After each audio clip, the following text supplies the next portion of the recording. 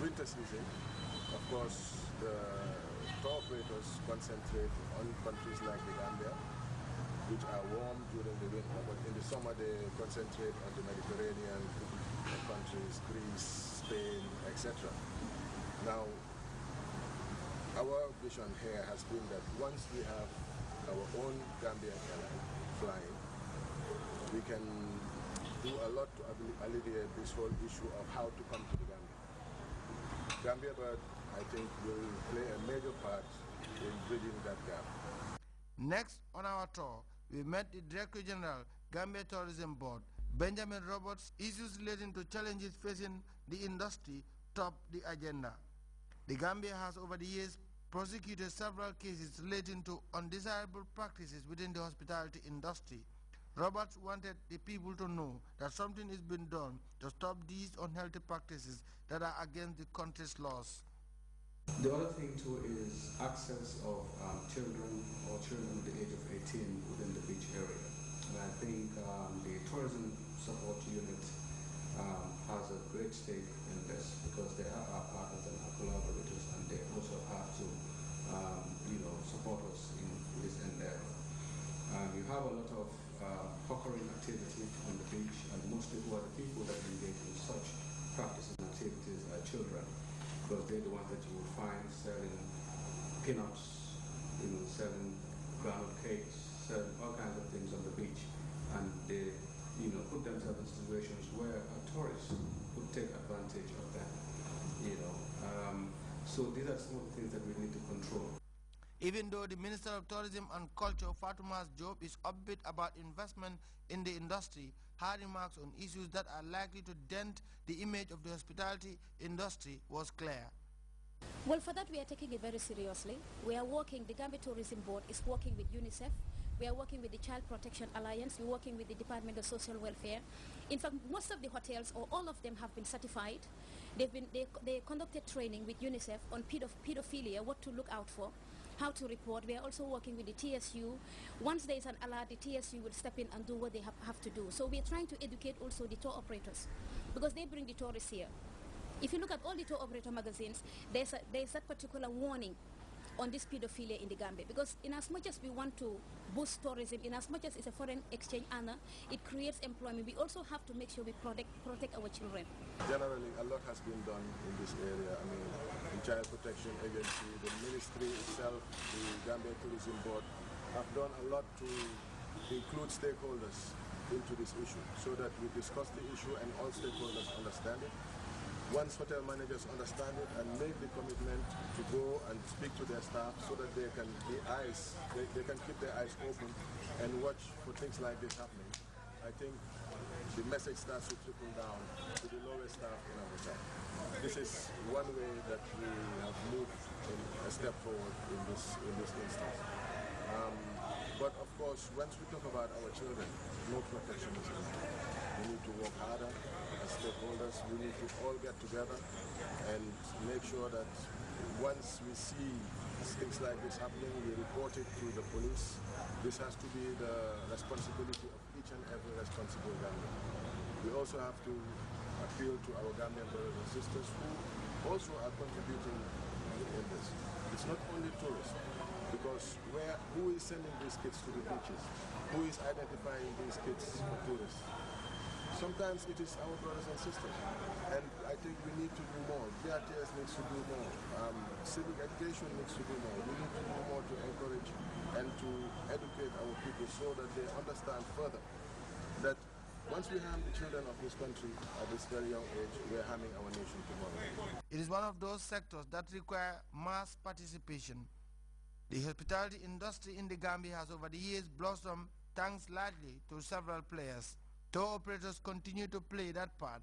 However, conspiracy theorists have criticized package tourism, something they believe give more advantages to the tour operator. It depends on how the package is formulated and programmed, actually, because if it's done right, the benefit could be realized in many different sectors, from the hotels to people selling in the craft markets to the banks, the supermarkets, the restaurants. It includes a lot of creativity and a lot of initiation to make sure that you do include different aspects of the society and the community in the packages that are set up and formulated, especially the round trips, which I just explained to you, because that really exposes visitors to different places in the country. So they're not here and just staying in a hotel for 2 weeks. Rather, they would go to different places in the Gambia, and that's spreading the benefit. So it is true, I would admit that, sometimes the packages are not to the benefit of the country because most funds are taken away. But that is why it's important to have ground handlers, because if they have majority control of that, then of course most of the revenue would stay in the Gambia. General Manager Caraba Beach Hotel said the hospitality industry has over the years witnessed major challenges the world over. This, he said, is prompting some hoteliers to adjust accordingly. When we spoke about the stiff competition as regards the choice of hotels in the industry, given the fact that some tourists tend to switch hotels when it comes to affordability. When you talk about competitivity, we haven't decreased our prices. On the contrary, we have increased our prices in the past 3-4 years, 3-4 years on a row, because otherwise we wouldn't be able to survive, because everything else has increased. Everyone knows that the cost of life increase on a yearly basis, and sometimes you have increase on the basic goods. Talking for the hotel basic goods, I'm talking about fish and meat and whatever. I mean, dry goods, etc., liquors and soft drinks. Everything is on the increase. So we cannot obviously put our prices down just to be competitive. We have to increase our prices, and we have increased our prices. But despite the fact that we have increased our prices, we have managed to keep our slice of the market when it comes to our traditional typical tourists coming to the Caraba Beach Hotel. Currently, we have some serious challenges with regards to quality accommodation. We are trying as much as possible as a government and with the stakeholders to upgrade 7 of our 2-star and 1-star hotels to 3-star status, because some of the tour operators are right now not booking those hotels, and they have very good structures, they have very good scenery, they're well located, strategically located, but they need help to upgrade their facilities so that all the tour operators will be able to use their facilities. So alhamdulillah. Senegambia has been in the business for at least 3 decades. General Manager Buna Manjai outlined some of the efforts undertaken by the authorities to diversify tourism in the Gambia. And I am confident, as I'm talking to you now, that by next month we will be having 2 flights servicing Banjul, Madrid, Banjul, Barcelona. So this, in addition to the already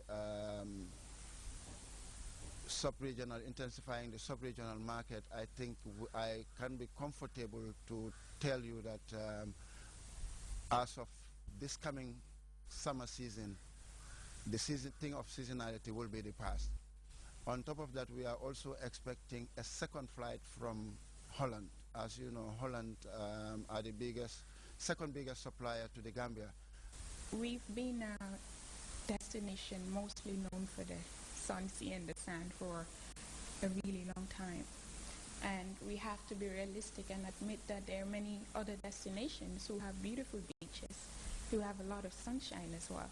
So for the Gambian product to be sustainable and to keep growing, we really need to diversify and to try to bring out other positive, aspects of the country, and that includes the culture as well. We could do more cultural tours, we could do gastronomic tours. We've got, quite a few different local dishes, and there are some tourists who travel just for the food and the cuisine. There are specialized tourists that come out for bird watching, so we can keep promoting bird watching as well in the Gambia, and we hope to have the beaches for a really long time as well. Over now to our Talk to Weekend Spectrum, Serigne Modou Diouf of NDMA is our guest. Humanitarian organizations or relief institutions around the country have been overstretched or inundated with appeal for assistance from very many families in the country. This is due to the heavy downpour of rain that has